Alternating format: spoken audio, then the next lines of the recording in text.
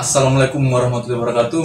Kawan Bung Hen, kali ini saya bersama dengan Bung Safrin.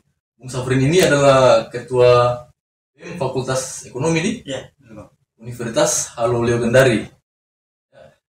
Safrin ini sedikit singkat cerita perkenalan saya dengan Safrin. Sebenarnya dulu waktu masih SMA Safrin Siapa bang? Gitu saat masih futsal kan? Masih futsal. Kebetulan kita ada kegiatan harus ke Makassar nih. Iya betul. Hidro Koko, carilah SMA yang bisa mewakili Sulawesi Tenggara pada saat itu. Betul bang. Itu tahun 2017 ya bang? Oh 2017 sih? Itu bulan Juni kalau saya itu. Juni sih. Kegiatannya bulan September. Itu singkat cerita, pada saat itu datanglah saya ke SMA 1 ketemu kepala sekolah, kan ketemu ketua OSIS. Kebetulan ketua OSISnya pada saat itu adalah Bung Safrin ini. Sekarang sudah jadi mahasiswa kan? Siap bang, sudah. Itu saya mau tanya sedikit, Frin, terkait pengalamannya Safrin. Artinya sekarang kan menjadi ketua fakultas. Ya, ketua BEM Fakultas Ekonomi bang. Ketua BEM Fakultas Ekonomi. Betul. Itu waktu sekolah dulu memang suka organisasi atau gimana? Kalau saya pribadi bang, sebenarnya sih ini orangnya yang introvert bang. Jauh saya telisik saya punya hidup itu menjadi orang introvert itu tidak terlalu bagus bang. Itu orang introvert itu mungkin lebih cenderung berteman terhadap dirinya sendiri, dan itu saya rasa bukan bagian dari apa yang saya inginkan. Jadi saya rasa makin di sini bang saya berpikir bahwa berteman itu kenapa tidak seluas mungkin begitu bang. Iya. Caranya ya harus ada tempatnya begitu bang, yaitu dengan berorganisasi. Harus ada wadahnya. Betul bang, harus kita cari tempatnya di mana bang, itu organisasi. Oh berarti dulu Safrin ini waktu pada SMP dan SMA itu kurang bergaul ya? Maksudnya tidak terlalu suka berorganisasi atau tidak terlalu suka kumpul-kumpul sama teman-teman? Sedikit cerita bang sih, kalau saya dulu sebenarnya itu SD itu introvert banget saya bang, waktu SD itu. Tapi pas SMP itu saya bisa dikatakan nakal lah bang, begitu. Bagaimana lah remaja kan, kenakalan remaja itu saya pikir itu hal yang lumrah lah kalau orang tua bisa maklumi. Itu di SMP itu bang, saya itu pimpin satu sekolah dulu, SMP 1 Bogo kan. Itu saya kepalanya dulu bang. Saya rasa kepemimpinan saya ini konotasinya buruk gitu. Maksudnya pimpinan dalam hal apa ini? Tawuran atau apa? Iya seperti itu bang. Seperti itu bang, saya suka tawuran dari SD bang. Tapi makin kesini saya berpikir bahwa menjadi pimpinan bagi gangster itu nggak bagus bang. Kurang bagus sebenarnya. Tapi lebih bagus kalau kita alihkan ke hal-hal yang positif. Ya pada saat SMP itu bang saya bertekad, sampaikan sama teman geng saya kan bang, saya bilang nanti SMA saya akan jadi ketua OSIS, dan alhamdulillah bang saat saya SMA itu Tuhan kabulkan bang. Oh berarti waktu SMP dulu Safrin ini identik dengan kenakalan, artinya suka tawuran. Betul bang, betul. Merokok Kalau itu. Hanya bang memang kalau rokok saya nggak pernah sentuh bang. Udah dulu Nggak ya pernah, bang. ya, nggak pernah. Iya. Terus pada saat SMP kalau nakal begitu, kok bisa jadi ketua OSIS SMA itu? Coba ceritakan sedikit bro. Kayaknya menarik. Nah ini dia bang, yang mana bang? Jadi saat itu kan saya dikenal tuh dengan bukan nama Safrin bang, itu teman lorong, teman sekolah itu kenal saya namanya Ade bang. Ade? Ya sampai sekarang itu nama Ade itu identik dengan kenakalan saya dulu. Jadi saat itu bang saya kan orang tua saya itu kalau di rumah itu dia itu seperti backgroundnya itu Islamisasinya itu kental bang di rumah saya itu. Tapi kalau di luar karena di rumah kayak ada tekanan gitu kan bang. Namanya remaja ya kenakalan itu kayak ada hal-hal yang ingin kita tahu kan. Tapi mungkin konotasinya orang itu negatif. Ya padahal kan seumuran itu masih mau cari tahu. Ya, coba. Betul seperti itu bang. Jadi pada saat itu saya berpikir bang, kenapa tidak semua kenakalan saya coba begitu di usia saya saat itu. Tapi makin berganti hari saya berpikir bang, kalau begini terus saya mau jadi apa begitu, sedangkan saya punya cita-cita bang, saya ini mau bahagiakan orang tua kan seperti itu. Oh kalau boleh Mas Apot, kalau boleh tahu cita-citanya Safrin pada saat SMP jadi waktu SMP bang itu saya agak lucu ya bang. Saat SMP saya mau jadi teknisi perminyakan. Jadi di saat SMP itu saya ingin bercita-cita kuliah di salah satu universitas terbaik di kota Bandung, dan itu terbaik lah. Tapi saat sekarang itu bang Tuhan tidak izinkan saya di sana. Jadi pada saat SMP itu saya bertekad ingin ke sana, berarti saya harus baik kan bang. Kalau mengharapkan hasil yang baik harus prosesnya juga kan baik. Betul. Jadi saya berniat untuk ayo kita berubah gitu, kurang lebih seperti itu bang. let's have to change gitu. Iya iya iya. Kenapa tidak kita rubah? Jadi bang, teman-teman saya itu yang teman-teman game yang nakal-nakal itu dia ada gitu. Saya sholat bang, saya saat itu saya sedang sholatnya bukan sholat wajib bang, sholat duha waktu itu. Oh sabar ceritanya awal mulanya pada saat nakal-nakal itu teman-teman pada saat teman-teman Safrin termasuk Safrin tuh titik baliknya itu sehingga mau berubah itu di mana? Betul bang, itu tepatnya bang di SMP kelas 2 naik kelas 3 bang. Saat itu saya pukul dia bang ke anak di wilayah Palatiga bang. Itu yang datang satu kelurahan kayaknya bang. Datangin saya sendiri bang. Saya berpikir bang, kalau saya hari ini tidak selamat nih, mati saya nih. Itu bang yang datang ada badik bawa senjata tajam banyak bang, senjata tajam, batu, balok, banyak lah bang.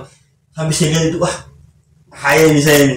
Sampai saya berniat tuh bang, saya bilang lillahi ta'ala kalau saya selamat hari ini saya janji saya akan tobat dan akan kembali ke jalan Allah. Saya begitu. Berarti balik karena kejadian itu bang. Sampai saya sembunyi di bawah kolong kandang ayam itu bang. Saya berdoa itu dari saya pulang sekolah bang jam 1 sampai jam 2. Itu sampai mendekati maghrib bang saya sembunyi di bawah situ bang. Saya sembunyi di bawah situ bang. Wah. Itu bang titik balik saya. Oh titik baliknya di situ bang. Terus pada saat masuk ke bangku SMA kan sekolahnya di SMA 1 kan? Yes. Masuk ya sekolah favorit lah di bawah pada saat dulu sampai sekarang ya. Nah itu ceritanya sampai menjadi ketua OSIS itu karena kan pasti teman-teman tahunya image-nya Safrin yang dulu begal apa nah, tapi saya yang baru mengenal Safrin pada saat itu saya tanya-tanya juga sama guru-guru di sana. Tanggapannya teman-teman sama guru-guru di sana, Safrin itu anaknya baik, artinya attitude-nya bagus, menghormati teman-teman dan menghormati guru-gurunya. Itu berbanding terbalik sama betul. Nah, terus ceritanya bisa jadi ketua OSIS itu di mana, Frin? Kalau saya bang itu kesan guru-guru saya itu dari SD SMP itu saya bang ada hal positif tapi negatif. Positifnya itu saya pintar tapi nakal. Jadi berbeda bang dengan orang yang nakal tapi pintar tapi nakal. Berarti nakal di kedua kan saya bang. Saya berpikir, pintar saya masih diutamakan begitu. Tapi lu kita rajin belajar. Saya kalau belajar di rumah sih nggak pernah bang. Jadi pada saat guru menjelaskan saya perhatikan betul bang. Fokus saya itu betul-betul ke situ begitu. Jadi pada saat keluar kelas saya tidak pernah ulang lagi bang. Tapi ketika ulangan itu terbersit karena fokus yang tadi bang. Berarti daya tangkapnya bagus lah. Dan saat kenapa bang saya bisa jadi ketua OSIS? Jadi titik balik yang saya katakan tadi, yang saya katakan tadi, titik balik itu yang membuat orang itu percaya bahwa sini betul-betul serius memperbaiki hidup begitu. Jadi orang percaya begitu bang sama saya. Kan ada juga bang yang kadang kalau kita melakukan sesuatu mungkin hanya karena momen tertentu. Tapi dulu itu Frin, maksudnya memutuskan untuk jadi ketua OSIS. Setahu saya nggak tahu bagaimana di sekolahnya di SMA satunya, tapi setahu saya itu kan pasti ada prosesi pendaftaran, pendaftaran calon kandidat ketua OSIS. Itu bagaimana dengan image Safrin yang dulu sama teman-teman semua itu bahwa kenapa orang nakal ini ketua OSIS ini? Jadi bang saat itu kebetulan bang saya kan di SMP 1. Itu saya SMP kelas 1 mendekati kelas 2 itu kami geng-geng itu bang sudah kuasai sekolah bang. Jadi saat itu teman-teman yang kami nongkrong itu mereka kenalnya itu dan saya bang tipikal orang yang tidak pernah mau suruh-suruh orang gitu bang. Ya biasanya kan pala-pala gue saya nggak pernah gitu bang. Jadi kalau abang pajaki si A, misalkan saya ini bang rumahnya jauh, jadi saya pajaki lagi kita. Jadi saya dari saya itu pajak orang yang memajak bang. Jadi itu saya bang. Jadi image saya itu walaupun negatif, orang ada positifnya situ bang. Jadi memang untuk menjadi ketua OSIS saya pikir bang memang agak sulit. Tapi karena kepercayaan orang sama kita, nilai-nilai yang kita tampilkan itu tidak ada kebohongan di dalamnya. Jadi mungkin orang jadi memang betul-betul tulus begitu bang. Kalau seperti itu. Kalau boleh tahu Frin, saya juga kan tidak tahu prosesinya kalau di SMA ya, bagaimana caranya atau tahapan-tahapan dalam pemilihan ketua OSIS itu kayak gimana? Kemarin mau proses waktu Safrin dari awal mendaftar. Seperti halnya bang perpolitikan di Indonesia itu berawal dari seleksi. Ada namanya bang kalau di sekolah itu seleksi nilai-nilai bagaimana kesehariannya itu dipertimbangkan juga oleh senior kami bang di sekolah waktu itu. Jadi ketika sudah layak itu dipaksa untuk calon bang. Jadi ketika itu berawal dari seleksi berkas. Ketika berkas sudah terseleksi sesuai nilai mencukupi, attitude baik, prestasi ada, itu bang layak, dikatakan layak. Setelah daftar berkas itu diseleksi lagi sama panitia bang. Jadi panitianya itu adalah kepengurusan yang sebelumnya. Sebelumnya ya, jadi gitu. Dari panitia. Iya, seperti itu. Jadi mekanisme pelaksanaannya itu tidak jauh berbeda bang, seperti pelaksanaan pemilu. Pemilu berarti ya, sudah apa? Tahapan-tahapan demokrasi itu sudah dimulai juga dari sekolah bang. Dari sekolah itu. Betul bang, seperti itu. Jadi awam tingkat kemelekan demokrasi bagi siswa itu sudah dimulai dari sekolah di seperti itu. Terus Flynn, waktu kita saat itu sebagai calon ada berapa calon yang itu bang? Itu sebenarnya saya dulu sangat insecure bang. Kenapa? Karena lawan-lawan saya itu anak kepala dinas. Iya, jadi saya ini berasal dari background orang yang menengah ke bawah lah bang. Orang seperti itu. Dengan jumlah saudara 9, saya ke 5, jadi saya pikir saya tidak akan naik ini sebenarnya. Apalagi lawan saya ini anak kepala dinas kan. Jadi di pertengahan perjalanan pendaftaran itu anak kepala dinas salah satu anak kepala dinas itu mengundurkan diri bang. Entah apa alasannya, walau kan bang saya tidak tahu juga. Jadi saat itu 3 figur bang, 1 laki-laki termasuk itu saya bang, dan 2 cewek. Jadi jumlah DPT di SMA 1 itu bang dulu 1.500. Ada DPT juga. Ada DPT ya bang. Ada DPT ya bang. Jadi saat itu 1.500. Kebetulan 3 calon. Suara saya itu bang 1.200-an lebih. Berarti di angka di atas 50% dari pemilih sudah selesai. Saya juga bang kaget bang. Dan herannya ada teman saya bang yang dulu sempat ikut jadi geng-geng saya kan waktu SMP. Dia orang Maruruma, ada orang Palatiga, ada juga orang Mataraguru sini bang. Jadi saat itu mereka kan pada saat mekanisme pemilihan itu bang dia per kelas. Jadi di absen per kelas, panggil nama, kasih daftar suara, data pemilihnya kan, dikasih sejenis paku atau alat tusuk lah supaya mencoblos nomor berapa kan bang. Itu bang sudah dicobloskan, yang nama saya itu dicobloskan sama teman-teman yang geng saya dulu. Jadi suara saya itu bang gak kaget bang saya. Terus apa? Salah satu faktor untuk menjadi ketua OSIS kan harus ada prestasi. Ya, kalau boleh tahu waktu di sekolah dulu di SMA 1 prestasi apa aja Friend yang sudah dicapai?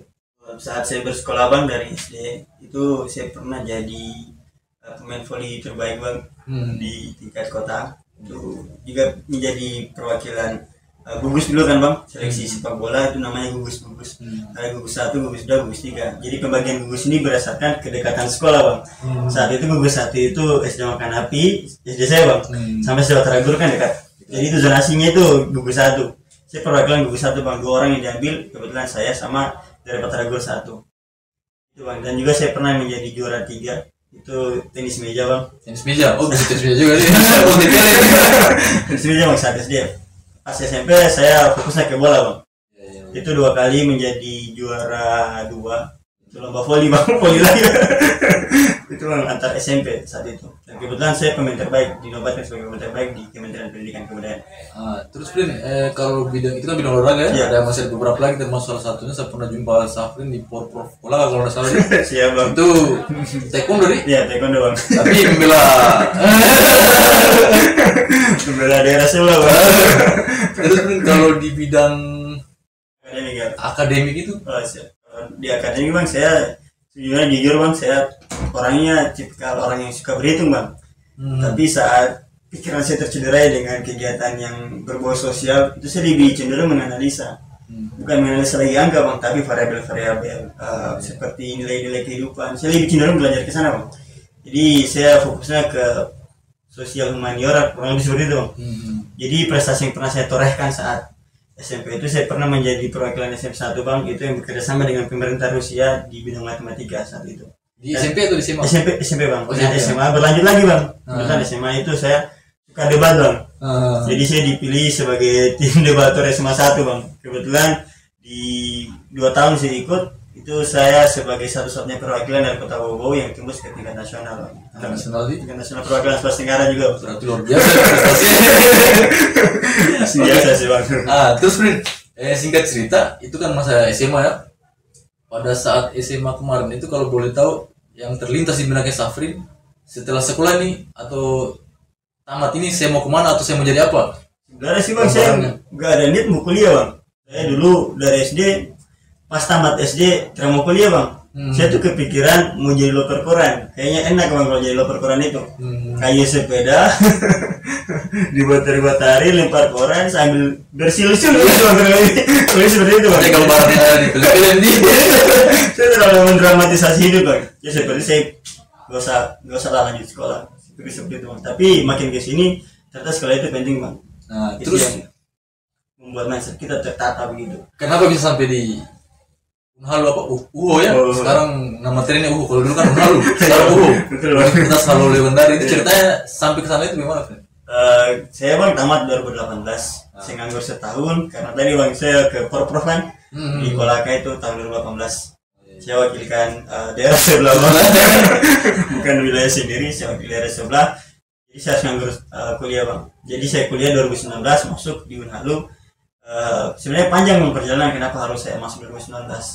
Bukan satu-satunya alasan saya menjadi perwakilan Porprov karena banyak kampus 12 kampus bang saya daftar itu nggak ada yang terima bang. Saat itu udah terima. Apa ya? UMPTN apa Iya namanya? itu bang. Dulu sekarang namanya SNMPTN, SBMPTN, SMMPTN dan jalur-jalur yang lain bang. Ini masih banyak. Saya daftar nggak ada yang terima bang. Kasian sekali bang saya bang.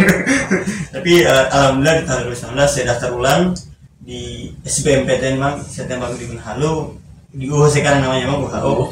Jadi diterima bang di jurusan ilmu ekonomi dan studi pembangunan. Oh iya. Di UHO berarti ya? UHO bang. Nah, terus ceritanya sampai jadi ketua BEM Fakultas Ekonomi. Sebenarnya sih bang, saya masih ingin fokus ke bidang akademik. Kan saya anggap organisasi itu adalah seni. Seni bagaimana kita bisa menjama antara akademik dan non akademik. Sebenarnya berangkat dari situ bang sih sebenarnya organisasi itu nggak terlalu suka saya bang di saat kuliah kan. Saat kuliah. Karena banyak mindset orang yang doktrin ke kita kuliah itu harus cepat, kuliah itu harus kuliah pulang, jangan organisasi itu menghalang kuliah gitu. Ya biasanya ya. Emang image biasanya kalau misalkan teman-teman yang aktif di organisasi biasanya kuliahnya lama. Betul bang. Kalau mau cepat juga ya begitu, kuliah pulang selesaikan tugas on time semua yang schedule tepat waktu. Tapi gitu. kadang-kadang nilai-nilai yang ada banyak nilai yang bisa diambil dari kehidupan kemahasiswaan itu. Betul bang. Jadi kenapa saya bisa jadi ketua BEM bang? Itu mungkin kalau saya cerita bang mungkin panjang lah. Tapi singkat secara substansial bang, kenapa saya jadi ketua BEM? Itu bang berangkat dari kepemimpinan buruk yang dari SMP tadi bang. Saya suka memimpin orang yang banyak begitu. Dengan saya paling suka kalau pendapat saya didengar, mungkin agak egois bang, tapi tidak apa-apa. Jadi saya bang kalau keputusan saya itu yang saya tentukan itu berangkat dari diskusi orang banyak. Saya suka begitu bang, nggak egois kan maksudnya. Ketika saya menentukan sebuah keputusan itu bukan berasal dari saya sendiri, tapi berangkat dari orang banyak. Jadi pelan-pelan saya pernah bang berdoa ketika pas masuk di maba, dikumpul kan bang, PKKMB namanya pengenalan kampus kepada mahasiswa baru, kurang lebih seperti itu bang. Itu sambutan ketua BEM saat itu di depan kami bang sebagai mahasiswa baru kan. Saya bisik teman saya bang, depan 2 tahun depan saya ganti dia itu. Itu memang bang itu cuma bahasa lucu lah. Tapi alhamdulillah hari ini bang itu betul. Jika ada teman-teman mahasiswa baru itu saya bawa sambutan bang. Dan memang itu saya menggantikan beliau itu. Dan memang bang saya percaya bahwa ucapan itu adalah doa, baik pun kesana main-main ataupun tidak. Saya percaya bang ucapan itu doa. Ada kejadian nih. Di fondasi bang sekarang alhamdulillah. Terus Prin, tadinya kan awalnya banyak pandangan-pandangan yang dulu Safrin juga terkait perkuliahan itu kayak gimana, harus selesai cepat lah atau ya tamatnya menjadi apa. Setelah masuk di organisasi dan jadi ketua BEM itu tanggapannya Safrin terhadap organisasi di kemahasiswaan itu berubah lagi enggak? Jelas berubah bang, jelas berubah. Gimana ceritanya tuh Prin? Kalau awalnya saya tahu bahwa kuliah itu harus cepat, harus setelah kuliah dapat kerja. Makin saya buka mata ketika masuk di organisasi, ternyata tidak juga bang. Selesai kita kuliah ternyata posisi dengan nganggur itu makin dekat bang. Makin cepat kita selesai, makin cepat kita nganggur bang. Betul, itu fakta. Betul bang. Betul bang. Tapi saya ada sedikit perbedaan kan bang antara sarjana dan bukan sarjana itu nganggurnya beda bang. Bedanya itu kalau sarjana lebih berat tekanannya bang. betul betul ya, ya. Jadi ya saya pikir bang dengan organisasi mungkin bisa lebih mempermudah kita. Nganggurnya kita ini nggak terlalu berat bang. Jadi kan kalau berorganisasi Tidak terlalu berat. saya pikir begitu bang. Iya, iya. Karena networking itu kita bisa bangun di saat kita berorganisasi.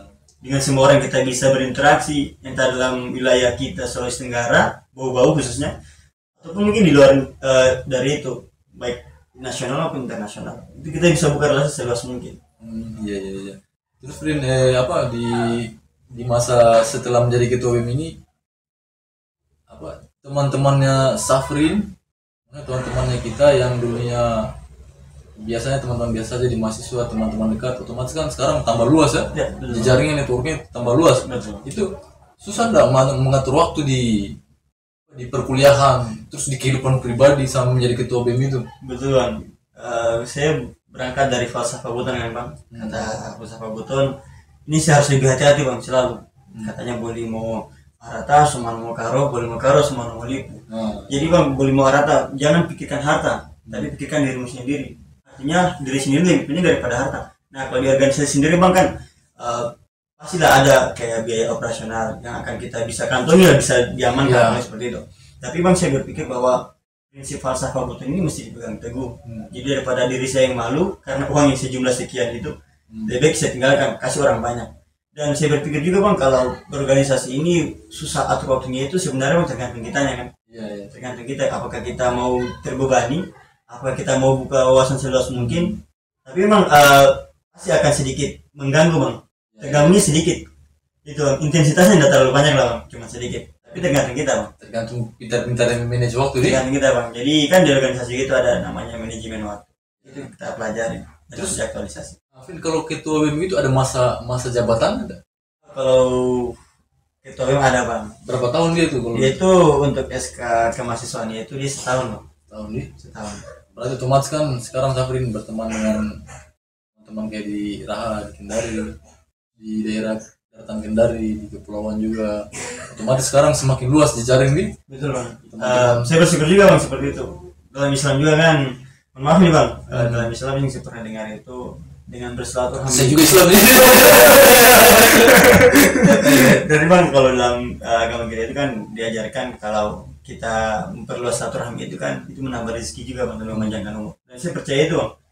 Dan hari ini saya coba lakukan lewat organisasi. Paling kita nilai-nilai itu bang tetap kita sambangi dalam organisasi. Gitu. Bang saya izin minum ya bang. Silakan. Terus ini lagi Frin, apa? Waktu Safrin kemarin sudah jadi ketua BEM kan kemarin ada sedikit riak-riak di negara kita ini ya, termasuk salah satunya kelangkaan minyak dan demo-demonya mahasiswa itu. Betul bang. Itu kemarin kalau boleh tahu di BEM yang dipimpin oleh saudara Safrin kemarin itu menanggapinya itu bagaimana? Kenapa diputuskan wah kita harus ikut demo ini? Kenapa? Apa urgensinya untuk mahasiswa khususnya di fakultas kemarin di UU ini? Saya sendiri kan bang fakultas ekonomi. Jadi kami condongnya itu konsennya itu ke pembahasan wilayah ekonomi ya, namanya ekonomi ya betul bang. Dan kenapa mahasiswa, apa urgensi mahasiswa itu harus demo kan bang? Saya pikir mahasiswa ini adalah tangan kedua setelah Tuhan bang untuk menyuarakan hati nurani rakyat. Kenapa seperti itu bang? Mungkin kita sedikit berangkat flashback lah bang di tahun 98, dimana tahun itu adalah tahun-tahun krusial. Pak Soeharto itu dipaksa mundur oleh suara rakyat yang membludak dari Sabang sampai Merauke. Itu pada bulan Mei tepatnya itu Pak Soeharto dipaksa untuk mengeluarkan sebuah statement bahwa dia harus dipaksa mundur kan bang. Kenapa mahasiswa? Karena mahasiswa itu bang punya 4 fungsi utama yang sepengetahuan saya, bahkan 5 bang. Ada yang mengatakan 5, tapi 3 yang paling substansial. Jadi itu 3 yang paling substansial bang. Ada yang pertama itu agent of control, yang kedua moral force, dan yang ketiga itu agent of change bang. Jadi ketiga ini harus saling, bahkan 5 ini bang itu harus saling berkolaborasi bang. Yang kemarin dilakukan oleh mahasiswa yang katanya bang adanya mafia minyak goreng kan kemarin. Ada mafia minyak goreng, ada penundaan pemilu, ada isu 3 periode. Saya pikir bang itu ketika mahasiswa itu turun ke jalan menyuarakan suara masyarakat, saya pikir bang itu wajib. Kenapa? Karena kalau bukan mahasiswa yang menyuarakan itu, apakah ada lagi bang selain mahasiswa? Mungkin ada bang oknum-oknum yang lain mungkin ada, tapi tidak sebanyak dan tidak sekuat mahasiswa. Tidak semasif mahasiswa. Tidak semasif mahasiswa bang. Dan gerakan mahasiswa pun kadang terstruktur, masif dan bisa dikatakan aktif lah bang. Karena dengan gerakan itu juga ibarat seperti apa punya urat nadi kan. Itu bang, gerakan mahasiswa itu seperti urat nadi yang pecah pembuluhnya bang. Jadi ketika ada sesuatu yang sakit di badan kita itu, seperti itu gerakan mahasiswa bang bagi seorang pemimpin yang satu badan ini bang. Betul friend. Saya juga kemarin lihat tuh memang mahasiswa ini kan salah satu pilar demokrasi juga. Betul bang. Sebenarnya ada juga partai politik, ada politis, dan ada bahkan ada perwakilan rakyat tuh yang di dewan DPR di sana. Betul bang. Tapi kenapa mahasiswa? Kalau menurut saya juga memang perlu. Kalau bukan mahasiswa siapa lagi yang mau disuarakan itu tuh? Yang tingkat kenetralannya itu masih luar biasa lah. Iya. Walaupun banyak memang image negatif juga tuh masuk di masyarakat. Kenapa ini mahasiswa ini demo? Kenapa tidak kuliah saja? Karena nih teman-teman menghalangi lalu lintas jalan kan, bikin macet. Kenapa mau turun di jalan tidak fokus kuliah sudah dibiayai orang tuanya? Tapi kan faktanya karena demo mahasiswa kemarin itu pemerintahan kita berbenah juga tuh. Mafia artinya ekspornya CPO-nya minyak ini sekarang ditahan sama pemerintah, disuruh selesaikan dulu di kebutuhan dalam negeri baru bisa diekspor lagi. Betul, bang. Dan kalau bukan karena mahasiswa belum tentu mafia mungkin masih enak sampai sekarang tuh. Tapi Frin, kalau saya boleh tahu, Frin tidak takut enggak misalkan di mahasiswa itu biasanya kan gerakan-gerakan politik eksternal itu pasti menyusup dan pasti masuk ke jaring mahasiswa. Itu tanggapannya Safrin sebagai Tobem bagaimana? Kalau saya bang berangkat dari diri sendiri bang sebenarnya. Semua hal-hal baik itu kalau kita aktualisasikan dengan benar kan pasti akan benar juga tindakan kita bang. Ketika ada nilai baik tapi yang kita lakukan pun buruk, sepertinya bang. Pun kalau misalkan banyak partai politik misalnya katakan bang, apalagi bersama momentum 2024 kan bang, itu pasti lebih ngeri lagi bang gejolaknya. Tapi kembali ke kitanya bang, apakah kita mau terima itu atau tidak, kembali ke kitanya bang. Kalau saya prinsip bang, nilai-nilai pribadi itu yang sudah ditanamkan oleh orang tua kita itu perlu dilanjutkan bang. Siapa yang melanjutkan kalau bukan kita yang muda-muda ini kan bang. Tapi kalau saya pribadi bang, sejauh ini memang sudah ada bang yang panggil ayo kita satu suara perihal 2024. Bang tanggapnya biasa saja karena memang saya masih memegang prinsip pemilu bang, asas pemilu kan jurdil dan luber. Jadi gitu bang. Tapi selama menjadi ketua BEM ada enggak maksudnya tawaran-tawaran dari luar ya, dari eksternal BEM ini ada enggak? Misalkan ada yang mau tunggangi nih, ada kepentingan politik di khusus Sulawesi Tenggara ya, itu sudah pernah rasakan belum? Beberapa kali bang. Itu coba kasih contoh. Sebenarnya ini agak sensitif kalau kita mau sebutkan label karena saya pikir identitas itu perlu diprivasikan juga. Jadi ada salah satu perusahaan lawang Sulawesi Tenggara itu mengajak saya untuk menunggangi kami, menunggangi aksi kami itu dengan kepentingannya dia. Dan kami, saya bang sebagai ketua itu membawa prinsip boleh mau karo, semana mau lipu. Artinya jangan saya pikirkan diriku begitu, saya pikirkan orang banyak ini.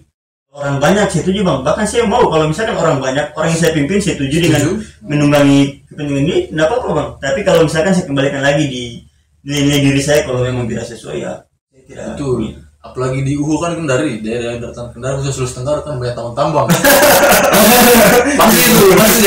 pasti ala lagi sih. Betul seperti itu bang. Tawaran-tawaran prestis yang bunyi ratusan juta, puluhan juta itu. Sempat masuk juga sih. Di tingkat mahasiswa pasti ada bang seperti itu. Jadi hal yang seperti itu kami anggap belum murah. Tapi kembali sama kita bang, apakah kita mau mengambil rezeki yang sedemikian prestisnya, tapi kita belum tahu ke belakangnya bang. Jadi mungkin kita cuma dapat rezeki pada hari itu saja, atau mungkin kita merelakan bang melepas rezeki yang banyak di tahun-tahun yang akan datang bang, seperti itu. Terus ini friend, kemarin sempat rame di nasional ya.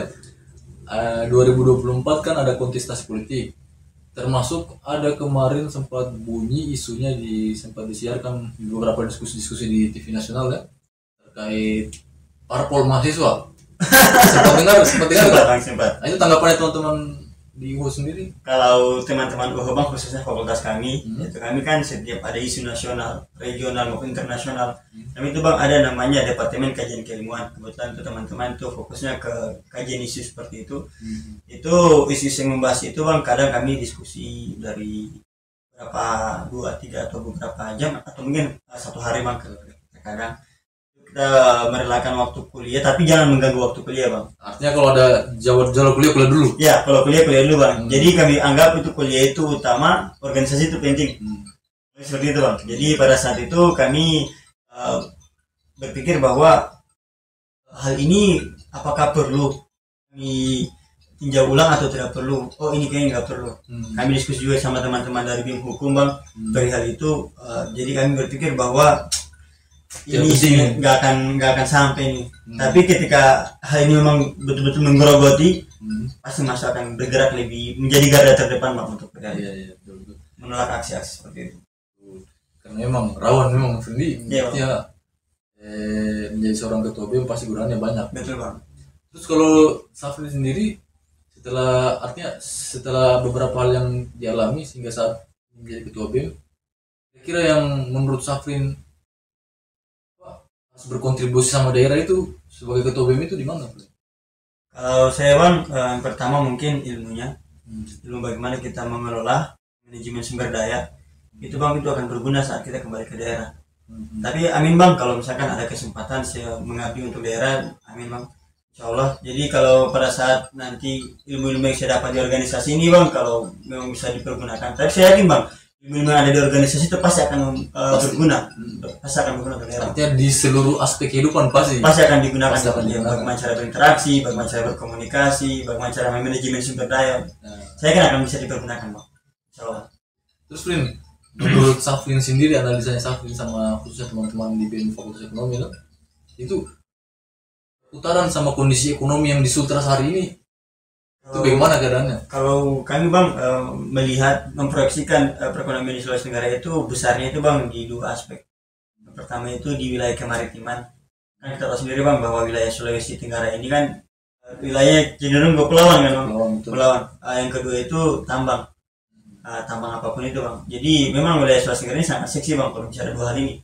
Jadi proyeksi kami dari teman-teman ekonomi bicara tentang perekonomian Sulawesi Tenggara itu Bang, kalau manajemennya tepat, sumber daya juga tepat, kita punya banyak sumber daya yang unggul sebenarnya Bang, baik dari alam maupun manusianya. Tinggal bagaimana pemerintah sebagai daerah lah kalau misalnya seperti kepala rumah tangga di wilayah regional Sulawesi Tenggara itu bisa melihat menempatkan sumber daya ini pada tempatnya. Kalau seperti itu Bang. Jadi sebenarnya Bang, Sulawesi Tenggara ini punya perekonomian yang baik Bang, seperti itu. Punya bekal penting, punya bekal banyak Bang, untuk wilayah yang akan datang, untuk masa yang akan datang itu jauh dari sekarang Bang, itu bisa Bang dijadikan bekal. Pantas saja berarti artinya tokoh-tokoh politik nasional ya beberapa kali bolak-balik Sulawesi Tenggara ini menjadi Sulawesi Tenggara barangkali karena dua aspek itu. Iya betul Bang, kemaritiman sama wilayah tambangan. Betul Bang. Kalau menurut Safni sendiri pribadi, pengelolaannya itu untuk saat ini bagaimana? Kalau kami Bang bicara tentang pengelolaan, kami ada jurusan yang fokus ke itu. Nama jurusan di fakultas kami itu Bang namanya jurusan manajemen. Kalau saya sendiri jurusan ilmu ekonomi. Saya fokusnya itu Bang, yaitu bagaimana kebijakan itu bisa diambil secepat mungkin Bang. Secepat mungkin Bang, bukan sebenar-benarnya tapi secepat mungkin. Biar kalau benar, kalau nggak tepat kan Bang susah juga. Ya, jadi itu jurusan saya Bang. Dari manajemen itu, di jurusan manajemen ini bicara tentang bagaimana pengelolaan sumber daya, bagaimana lokasi sumber daya unggul itu bisa ditempatkan pada tempatnya, itu di manajemen dipelajari Bang. Tapi kalau bicara tentang wilayah Sulawesi Tenggara, itu pengelolaannya sudah lumayan bagus lah Bang.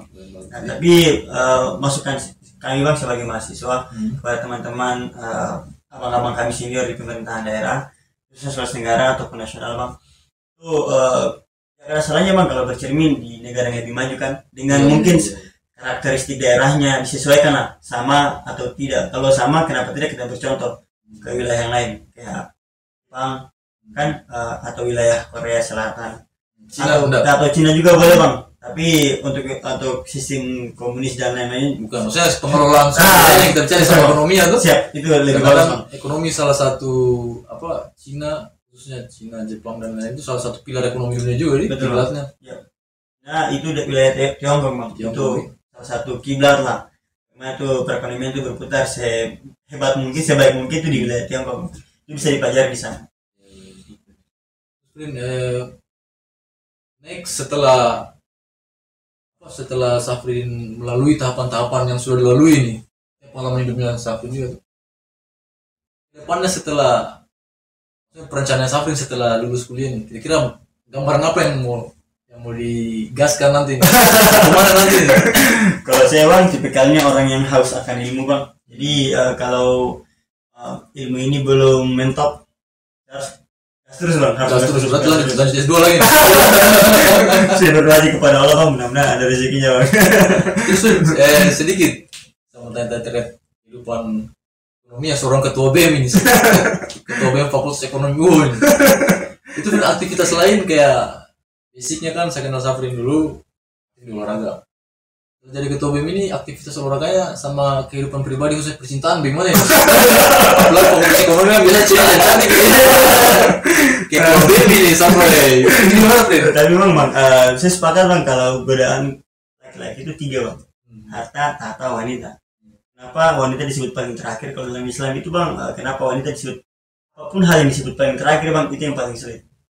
Jadi memang godaan tertinggi laki-laki itu kita mungkin bisa lewati godaan harta, kita mungkin bisa lewati godaan tahta, tapi tidak untuk wanita bang. Betulan, ini betul ini bang. Tapi sejauh ini yang saya rasa bang, godaan itu selalu ada. Dimanapun kita pergi karena iblis yang sudah berjanji bang, goda sampai akhir bumi ini dia goda terus. Artinya semakin tinggi jabatan seseorang, anginnya makin kencang bang. Level penggunaannya juga level beda-beda. Betul lah. Akan beda godaan seorang kepala bidang dengan seorang presiden. Itu bang. Olahraga masih jalan. Betul. Olahraga bang paling kayak olahraga rumahan bang. Kan aktifnya di kayak olahraga itu masih lanjut taekwondo bang. Futsal juga lanjut. Kemarin bang kalau nggak jadi ketua BEM itu saya menjadi perwakilan tim pemain futsal UHO akan berangkat di beberapa wilayah yang lain untuk ikut kompetisi kan. Kemarin biasanya kan di UHO itu ada seleksi sepak bola, futsal dan beberapa atlet itu kan. Saya terjadi ketua BEM sudah tidak ikut seleksi. Saya sudah lulus seleksi sebenarnya bang, sudah lulus seleksi di taekwondo, futsal juga sudah lulus bang. Tapi karena ada amanah yang jauh lebih besar, karena saya pikir olahraga di taekwondo dan futsal ini merupakan kebutuhan pribadi saya bang. Betul. Yang jadi penting itu ketika saya anggap bahwa ketua BEM ini kepentingan orang banyak. Jadi saya berangkat lagi dari prinsip tadi bang, boleh mau karo sama nunggu ibu. Jadi gitu bang kalau saya utamakan untuk makanya sekarang bang agak buatan bang. Iya, saya sudah mulai dari gitu. Jadi kan kalau misalkan dulu ya otomatis kan pada saat masuk kuliah pasti waktu nongkrong sama teman-teman banyak tuh. Betul bang. Sekarang setelah aktif di organisasi itu sering nongkrong nggak? Jauh lebih banyak waktunya bang. Jadi kalau sebelumnya saya suka nongkrong, sekarang jauh lebih suka nongkrong bang. Karena memang di tataran mahasiswa itu bang, dunianya itu dunia diskusi saya anggap bang. Jadi kami punya prinsip 3 bang, peran kami ketika menjalani proses itu 3 bang. Perbanyak literasi, perbanyak diskusi. Ada sesuatu yang perlu dieksekusi, ayo kita aksi. Itu. Kalau biasanya kan mahasiswa identik dengan pacaran, apalagi di Fakultas Ekonomi kan saya cewek-cewek cantiknya banyak. Saya agak hindari nih bang pertanyaan tadi, tapi ini diulang lagi nih. Nah itu kalau di UO sendiri, bagaimana dia punya ini kehidupan bersosialisasinya teman-teman? Baik sama laki ataupun berlawan jenis itu komunikasi di tataran mahasiswa itu bang intens. Jadi pertemuan perjumpaan antara laki-laki dan laki-laki perempuan, pokoknya bang interaksi antara kelompok dengan kelompok, pribadi dengan kelompok ataupun sebaliknya itu bang itu sangat intens kalau di tataran mahasiswa. Kalau percintaan saya sendiri bang sebenarnya yang tidak terlalu fokus ke bidang itu. Banyak bang yang katakan bahwa percintaan itu penting. Tapi percintaan ini saya anggap konotasinya itu bang jangan dibawa ke hubungan laki-laki dan perempuan. Iya biasa lagi. Terus saya lebih fokus saya cinta terhadap apa yang saya geluti hari ini. Saya cinta terhadap orang tua saya dan saya cinta dengan perkuliahan saya. Jadi dengan cinta ini bang menggerakkan semangat untuk berbuat lebih, Sudah itu. Safrin sudah punya pacar belum? Kalau pacar sih bang, belum. Oh belum. Karena prinsip saya bang, pacar itu ketika kita sudah menikahi seseorang, anggap dia itu adalah pacar. Betul, luar biasa, karena kalau menurut saya pribadi sudah jarang, artinya di masa-masa sekarang ini individu-individu kayak Safrin ini sudah jarang kita temukan, sudah langka lah. Biasanya kan, jujur saja biasanya menjadi ketua BEM itu dananya pasti banyak, dan itu bisa menjadi jalan pintas atau apa, batu loncatan seseorang untuk biasanya merubah nasib dari segi ekonomi. Saya kan kalau jadi ketua BEM itu kan dekat sama pejabat, apa bukan dekat sih, lebih kalau mau berkomunikasi, artinya kalau kita mau main kotor, main jahat itu pasti bisa kalau kita mau ini tuh. Betul bang. Salah satu kasus ini bang, katakanlah abang adalah gubernur lah misalkan, gubernur salah satu wilayah provinsi. Saya bang adalah ketua BEM misalkan. Saya cari isunya abang ini karena saya cinta sama abang. Saya cari isunya abang dan saya tahu saya dapat celahnya gitu. Dan pasti banyak. Dan pasti ada bang. Mungkin tidak ada. Jadi pada saat itu saya bisa buatkan sebuah statement bahwa bang saya punya ini. Kalau abang nggak mau kasih uang sekian, akan di media. Gitu bang. Kadang teman-teman di lembaga gitu disalah artikan bang bahwa sebagai ketua itu kadang bisa memperoleh uang secepat dan sebanyak apapun yang kita inginkan. Padahal bang menjadi ketua itu dulu bang di zaman Nabi kan menjadi pimpin itu orang takut bang. Betul. Karena amanahnya berat. Iya, amanahnya berat bang. Jawabannya. Betul bang. Kalau sekarang mungkin orang nggak terlalu berpikir ke sana. Betul. Begini ya, saya juga punya pandangan ya. Saya tidak mau sebut ini, punya pandangan juga di beberapa teman-teman mahasiswa biasanya, khususnya yang suka aksi-aksi itu, seperti yang Safrin bilang tadi ya. Misalkan saya mau cari celah ini, gimana caranya supaya bisa dapat uang. Saya begitu demo apa semua. Sudah dikasih proyek, karena saya lihat banyak juga aktivis setelah selesai kuliah jadi kontraktor. Itu fakta juga itu. Jadi pada saat kita bermahasiswa kita yang menggalakkan aksi bahwa jangan ada tambang, setelah kita menjabat di periode itu kita yang menggalakkan untuk tambang ini harus selalu ada. Seperti itu bang. Itu kalau secara pribadi Safrin tanggapinya, khususnya teman-teman dan godaan kayak begitu gimana? Kalau saya bang tipikal orang yang kalau ada informasi saya tabayun dulu bang. Jadi cari informasi itu kita analisis itu sebanyak mungkin, sejauh mungkin bang. Jadi ketika menarik kesimpulan premisnya lengkap bang. Kan tidak mungkin dalam satu premis kita mau cari kesimpulan, harus ada beberapa premis. Jadi supaya bisa tarik kesimpulan. Kalau saya bang menanggapi itu kembali lagi bang, seperti nilai-nilai yang kita sudah sudah kita konsumsi lah sejak lama. Apakah ini sesuai atau tidak? Kalau sesuai bang kita jalan, kalau tidak sesuai dipikir lagi. Tapi jangan dicari caranya biar sesuai. Apalagi sekarang ini kan jalan dari A ke B kan jalan lurus. Kalau sekarang ini kan ada jalan ini sampai. Seperti itu. Jadi saya bang bukan orang yang mau sok jujur bang. Tidak juga. Saya juga bukan orang yang paling jujur bang. Saya juga bukan orang yang paling idealis. Tapi saya orang yang berpikir bagaimana sesuatu hal itu tepat pada tempatnya bang. Ya, kalau memang sudah tepat, kenapa harus diganggu lagi kan? Safrin sendiri nih itu karena tidak ada misalkan keputusan yang harus diambil saudara Safrin sebagai ketua bertentangan dengan Nurhanita tuh, tapi itu memang urgensinya harus, karena itu keputusan orang banyak mungkin teman-teman, dan walaupun bertentangan begitu ada tidak ya? Terjadi enggak?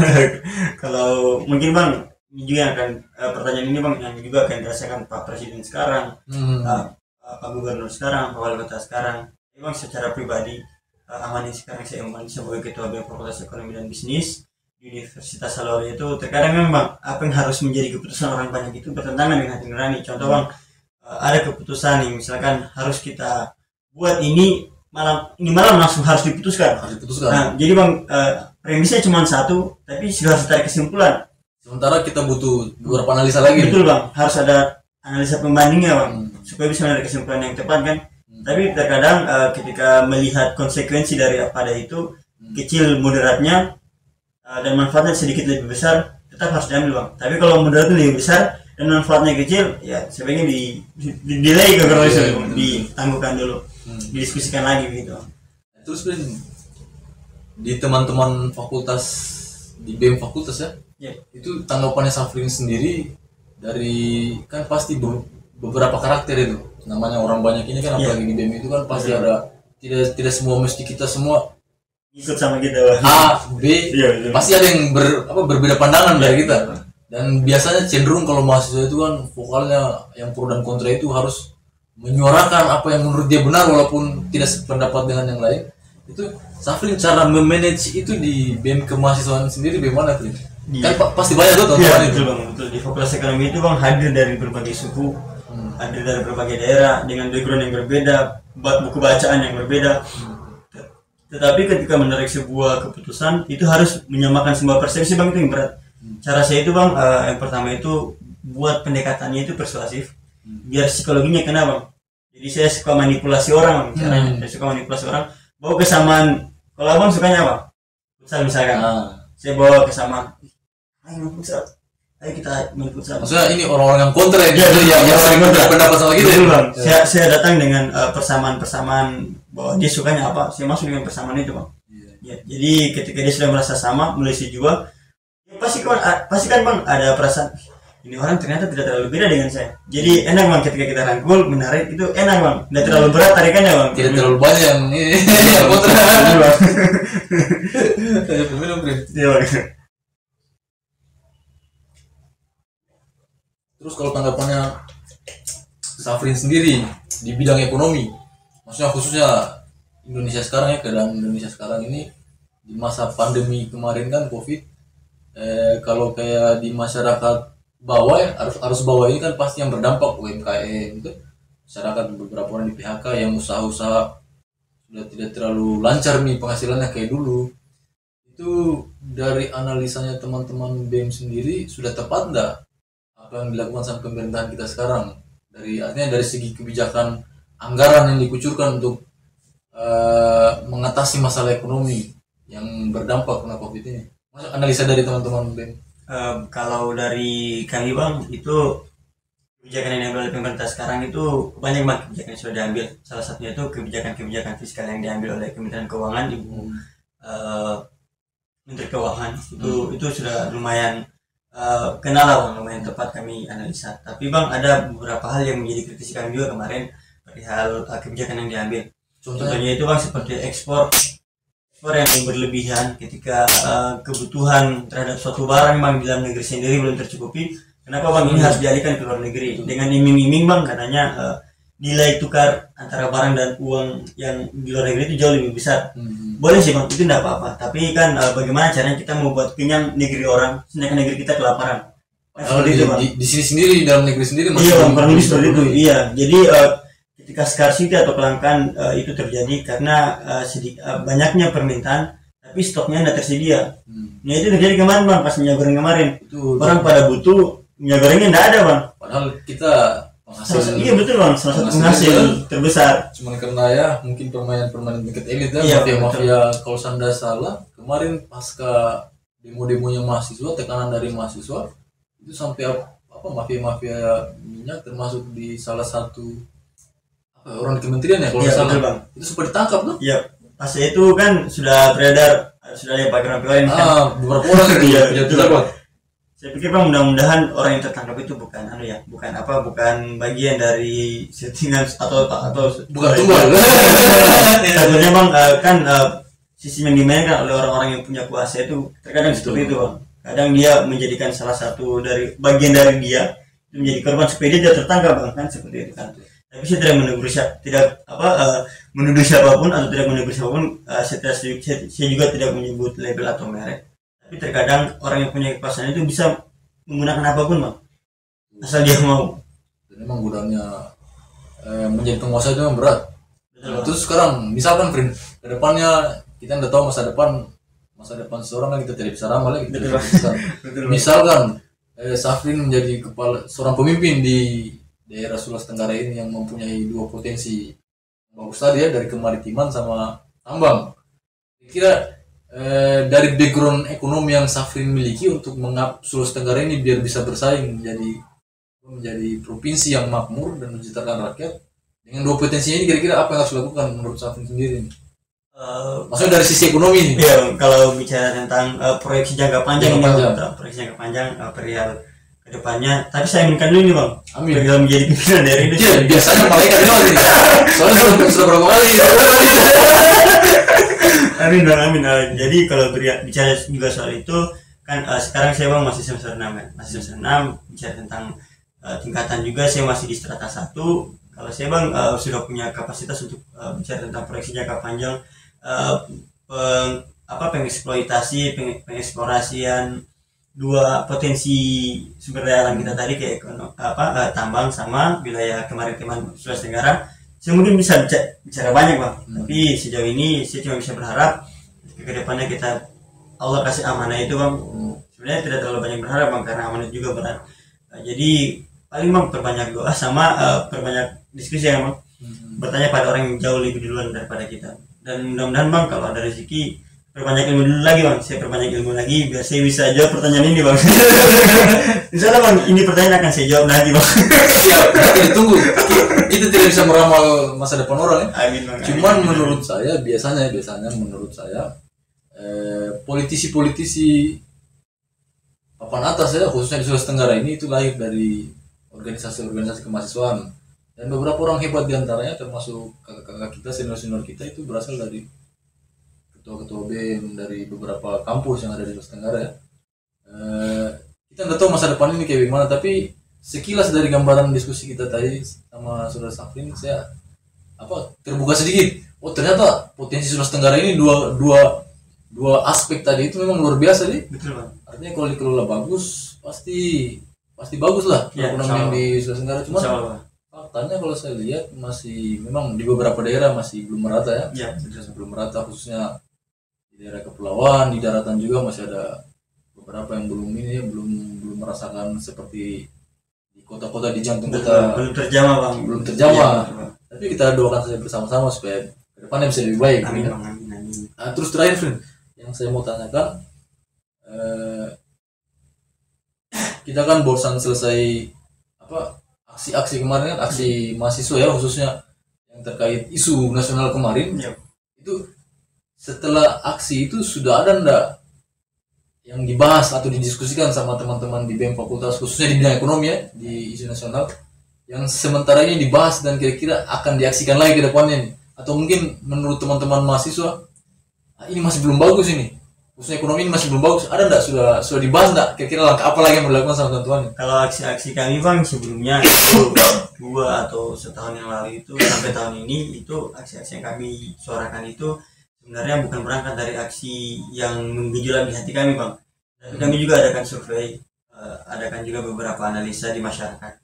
Apakah memang hal ini perlu disuarakan atau tidak? Kan kami juga bang agak sedikit ego kalau misalkan kami mengatakan bahwa kami penyambung lidah rakyat nyantai aja begitu bang, santai aja. Masyarakat yang pusing juga ini. Betul bang. Walaupun kadang-kadang kita ini ditinggal sini, tapi masyarakat sekarang ini artinya dengan era digitalisasi ya, Betul sekali bang. itu cenderung masuk menjadi bukan kita bilang manusia menjadi malas ya. Betul bang, betul. Tapi dalam bersosialisasi tingkat sosialisasinya sudah mulai berkurang. Betul, bang. Artinya walaupun kita tahu ini terzolimi, Betul bang. samain api saja, sama Santai aja. Ya kurang lebih seperti itu bang. Kemajuan Teknologi itu bang. teknologi juga Kita sudah terhina bobo bang. Kita terhina bobo oleh keadaan itu. Jadi yang tadinya harusnya kita bergerak 7, tiba-tiba jadi 4. Karena tadi bang. betul. Iya. Orang Nilai juang kita tuh diukur dengan itu bang tadi. sudah dikasih kenyaman teknologi. Jadi walaupun harusnya sudah kita melawan sedikit karena kezaliman, ini malah saja nonton saja kayak begitu. Ini seperti itu bang. Jadi untuk aksi-aksi selanjutnya ada bang.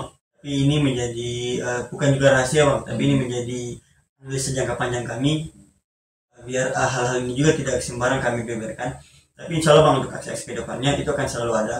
Dan gerakan-gerakan mahasiswa itu bukan tentang kemarin, hari ini, dan pasti gerakan mahasiswa itu akan tetap ada selama mahasiswa itu masih ada bang. Selama masih belum ada kebenaran yang tinggi atau masih ada kesalahan yang berlaku di masyarakat, itu mahasiswa akan tetap adakan aksi. Karena ini menurut saya juga mahasiswa ini sebagai salah satu pilar demokrasi di Indonesia, dan menurut saya pribadi ya, tinggal mahasiswa ini artinya bukan banyak sih kayak partai politik, terus perwakilan kita, politisi dan kepala daerah.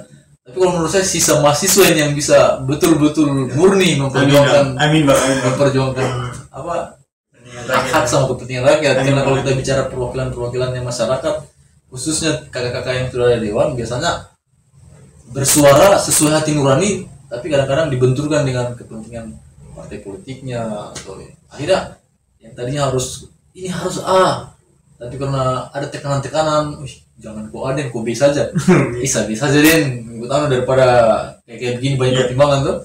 Itu tanggapan Safrin, statement terakhir dari Safrin sendiri untuk BEM di Fakultas Ekonomi dan Ekonomi Sulawesi Tenggara.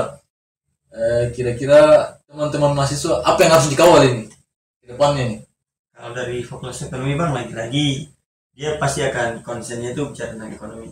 Harapan kami bang sebagai teman-teman yang berkuliah ilmu juga menjadi peran penting kami juga untuk mengawal semua kebijakan agar tepat sasaran di bidang ekonomi khususnya bang, agar kedepannya teman-teman yang ada di pemerintahan, pejabat-pejabat teras lah bang, itu lebih bijaksana dan lebih tepat guna bang ketika mengambil sebuah keputusan. Karena terkadang keputusan itu menguntungkan beberapa golongan bang, tidak menguntungkan semua golongan. Jadi terkadang memang ketika kita dipilih untuk menjadi seorang pemimpin dalam sebuah negara A, jangan dijadikan kebijakan itu hanya berlaku kepada 1/2 A bang. Betul, harus seluruhnya bang. Jadi itu harapan besar kami kepada teman-teman atau senior-senior kami bang yang ada di pemerintahan ataupun kepada di bidang legislatif juga bang, seperti itu. Biar suara-suara kebenaran ini tetap disuarakan, walaupun jumlahnya kecil, tapi mesti tetap disuarakan. Betul, Brin. Terus satu lagi, Brin. Oh boleh. Ada statement buat adik-adik kita yang di SMA yang sebentar lagi akan masuk di bangku kuliah, terkait pandangan mereka yang hari ini kebanyakan dari teman-teman yang ada di bangku sekolah bangku sekolah yang menuju ke jenjang perkuliahan ini memandang image berorganisasi di mahasiswa itu jadi bukan negatif sih, tapi mulai malas. Artinya padahal itu penting, tapi anak-anak milenial sekarang ini cenderung tidak mau untuk berorganisasi. Itu ada nggak statement atau ajakan dari Safrin sendiri sebagai ketua BEM supaya ayo mari masuk di organisasi mahasiswa? Kalau saya bang, biasa kalau teman-teman atau senior atau adik-adik di bawah saya itu kalau duduk itu saya cuma berikan sebuah statement, cuma satu bang, biasa yang saya katakan. Kita kuliah itu utama, organisasi itu penting bang. Kenapa pentingnya di mana? Karena saat kita kuliah bang, kita cuma diajarkan skill. Tapi kita cuma diajarkan teori bagaimana kita punya skill, teori bagaimana kita punya skill.